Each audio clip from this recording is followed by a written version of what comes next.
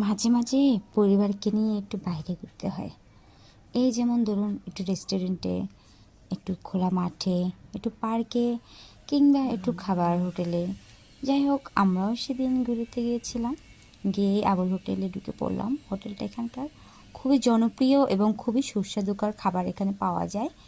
আর এখানে পরিবেশনা জাস্ট অসাধারণ। আমরা ঢুকতেই না ঢুকতেই আমাদেরকে ফ্রেশ পানি দিল।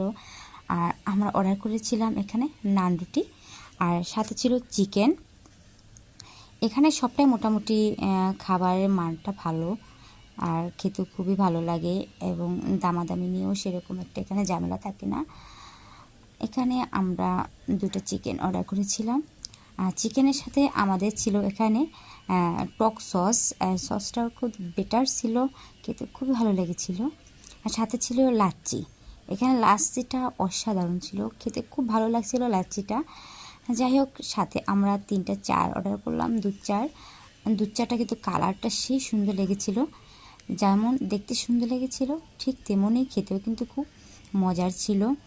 যাই হোক, সবটা তো আপনাদের সাথে শেয়ার করলাম। রেস্টুরেন্টে ঢুকে আমরা কী কী খেলাম, তো কেমন হয়েছে আমার ভিডিওটি আপনারা কিন্তু আমাকে অবশ্যই কমেন্ট করে জানাবেন।